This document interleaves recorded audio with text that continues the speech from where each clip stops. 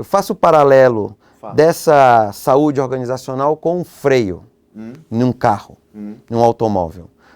Para que precisa do freio?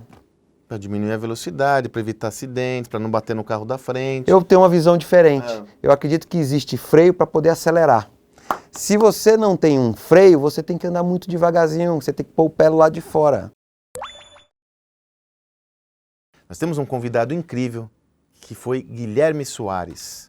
O Guilherme, atualmente, ele é CEO da HSM, uma das principais empresas de educação executiva do Brasil, que eu tive a honra, o Salib é fundador, eu tive a honra de estar lá durante quase 10 anos.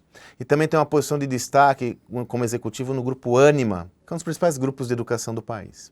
Baseado nessa sua experiência como executivo, mas também como estudioso, afinal ele está em contato com o que é de melhor do conteúdo mundial, ele nos trouxe uma visão, mais do que dos princípios, mas da cultura organizacional que foi incrível. Chama a sua atenção para quando ele traz os 4 valores que ele utilizou na transformação cultural da HSM e a similaridade dele com os princípios que nós trabalhamos na nossa obra. Eu tenho certeza que você vai gostar demais desse conteúdo, um conteúdo de referência que vai gerar muita reflexão prática para você. Aproveita. Para essa nossa conversa temos mais um convidado para lá de especial. Estamos aqui com o Guilherme Soares, CEO da HSM, um grande líder corporativo hoje do Brasil. Guilherme, muito obrigado por estar com a gente. Valeu, Sandrão, uma honra. Obrigado pelo convite. A honra é nossa, meu amigo. Nessa nossa conversa, nós escolhemos o Guilherme para trabalhar especificamente esse capítulo que nós tratamos sobre a temática da importância dos princípios organizacionais. E não foi à toa que nós lembramos do Guilherme, porque além do chapéu dele, de estar à frente de uma das principais organizações de educação de negócios do Brasil, ele também é um estudioso do tema cultura, né, meu amigo? Então, Guilherme, eu queria começar já nessa resenha. Como você tem visto a importância das questões relacionadas à cultura nesse mundo em ebulição, meu caro? No mundo em transformação, ou no mundo VUCA, muito se fala da transformação digital, de novas tecnologias, mas a maior transformação é uma transformação cultural. Não adianta ter sonhos grandes, não adianta ter planos mirabolantes, exponenciais, se a cultura não permitir a execução desses planos. E a cultura organizacional nada mais é do que a soma de todas as práticas, símbolos e crenças coletivos. Nós somos o ser humano é um ser tribal, que vive em tribo, em comunidade. Toda comunidade, toda tribo desenvolve uma cultura própria, quer os líderes queiram ou não. Você, além de estar à frente da HSM, você também está à frente, ocupa uma posição de liderança importante num dos principais grupos de educação do Brasil, o Grupo Ânima, que eu respeito demais. Quando você fala num contexto de dezenas de pessoas no seu ecossistema, você como CEO, é uma coisa. Quando você fala num contexto de centenas ou milhares de pessoas, é uma outra coisa. Como é garantir que a cultura realmente permeie essas relações, considerando dezenas, centenas de colaboradores, até milhares, espalhados em vários sítios, vários locais? Muito desafiador, muito desafiador. Se você quer mudar a sua cultura, parte do pressuposto que existem alguns elementos na cultura anterior que não servem mais para o momento da empresa, ou para os desafios, ou para o contexto no qual ela se insere. Então eu vou dar um exemplo claro. Se a gente fala que queremos ter uma cultura de inovação, mas na primeira oportunidade que alguém comete um erro, você vai lá e massacra essa pessoa em praça pública, o que a cultura diz? Não estamos dispostos a errar. Mesmo que eu fale que tem uma cultura de inovação. Mesmo que eu fale. Mesmo que o CEO fale, aqui todo mundo inova. Então, para fazer valer uma cultura desejada em uma organização capilarizada, com muitos locais, é importantíssimo você trabalhar com muita consistência e coerência. Perfeito. Eu tenho uma regra que eu tento utilizar, e não é fácil de utilizar, porque demanda muita disciplina, que a gente precisa comunicar 7 vezes de 7 formas diferentes. E precisa dar muita consistência nas suas ações. Então, a gente comunica via e-mail, comunica via WhatsApp, pessoalmente, rodas de conversa, olha que legal palestras. Essa dica, hein? E isso, de forma consistente e coerente, se influencia uma cultura. E aí, Cara, especial essa nossa conversa, não poderia ser diferente. E aí nós trabalhamos uma tese nesse nosso projeto, Guilherme, da importância dos princípios organizacionais como um dos artefatos. Veja, ele não é ele que modela a cultura. Ele reflete a cultura para ajudar como uma esfera, como uma ferramenta de comunicação para chegar na ponta. Esse é o verdadeiro papel dos princípios, não é, meu amigo? Não é para ficar lá colado na parede para todo mundo olhar o que tem que fazer, né? Perfeito. O Patrick Lencioni, Sim. um grande estudioso de ambientes organizacionais, ele fala que a saúde organizacional é mais importante do que uma estratégia bem feita. Porque uma empresa doente não é capaz de executar nenhuma estratégia. E ele fala da mesma forma que a nossa saúde, alguns elementos são fundamentais, como boa alimentação, fazer exercício e também dormir bem, são 3 elementos amplamente difundidos. A empresa, para ter saúde, ela precisa de 4 elementos. 4 elementos muito importantes. Primeiro, a clareza. Ser capaz de responder a perguntas básicas como onde eu quero chegar, quais são as prioridades do momento, quais são os nossos valores, quem faz o quê, quais são os papéis das pessoas. Segundo, exagerar na clareza. Aí vem a comunicação. Comunicar. Na minha forma de trabalho, 7 vezes de 7 formas diferentes. Terceiro é reforçar a clareza. Ou seja, com princípios, com mecanismos que reforcem esse sistema. Exatamente.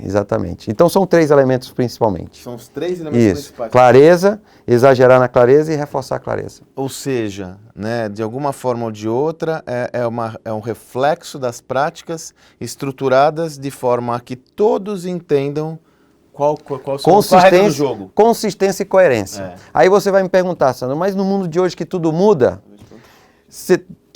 isso não engessa a empresa, pelo contrário. Eu faço o paralelo dessa saúde organizacional com um freio num carro, num automóvel. Para que precisa do freio?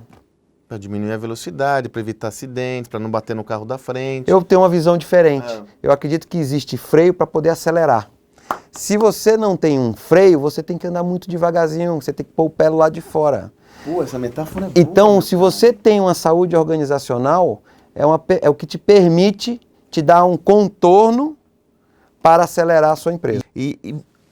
Guilherme, nós falamos sobre, de novo, né, uma organização que mantém essa linha desde o começo. Agora nós temos o desafio, e você já participou como líder, protagonizando transformações culturais na prática. Baseado em tudo que você estuda e na sua prática, qual é o maior desafio da transformação cultural? Como você disse, quando você tem que inserir novos elementos numa cultura para continuar ou se tornar mais relevante nessa nossa realidade. Uma jornada de transformação cultural, ela não dura menos do que 3 anos. Então, ter a paciência de viver isso com muita disciplina e resiliência é um elemento muito importante.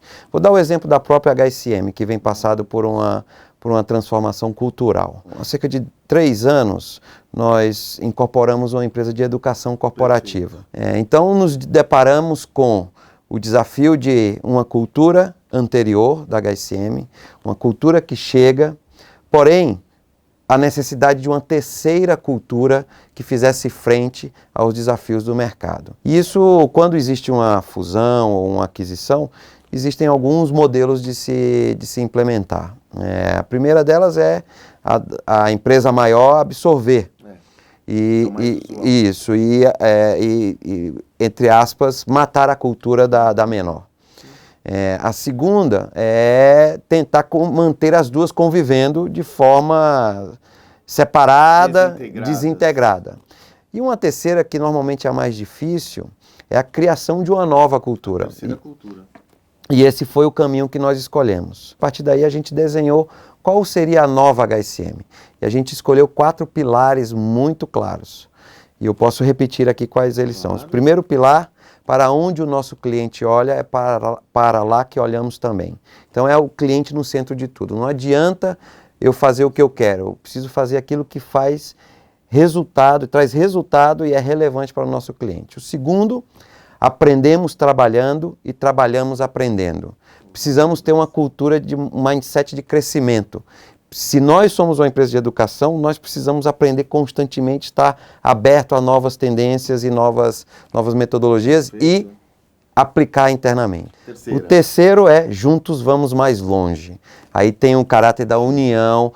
A gente precisa oferecer para os nossos clientes o melhor da HSM. E o quarto é realizamos aquilo que sonhamos. Então não adianta nada ter ideia. Tem que realizar. Então, com base nesses 4 pilares, nós desenvolvemos uma série de práticas.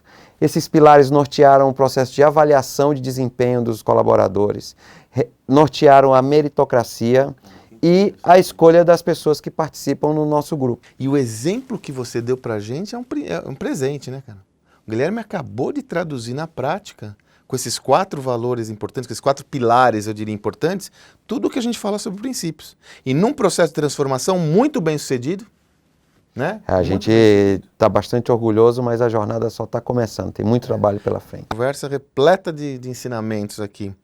E eu não posso deixar de perder essa oportunidade como um líder corporativo importante e também como alguém que está olhando lá adiante, né? A HSM nesses últimos tempos se reinventou, está muito próxima do que é de mais moderno do conhecimento mundial, não só com os projetos, com parcerias como o da Singularity University, mas no geral, né, estão cada vez mais catalisando. Pega um HSM Expo, né, quer dizer, você percebe claramente na programação, vocês estão buscando o novo sem perder o essencial. Perfeito. Né, você pega lá, né, você está sempre buscando, então você é um observador atento e protagonista dessa transformação. Como você enxerga o futuro dos negócios? Eu não estou falando só no Brasil, não. Como você enxerga o futuro dos negócios nessa cadeira tão privilegiada que você ocupa hoje, meu cara? Eu acredito que a gente ainda não tem capacidade de tangibilizar o tamanho da transformação que está acontecendo agora.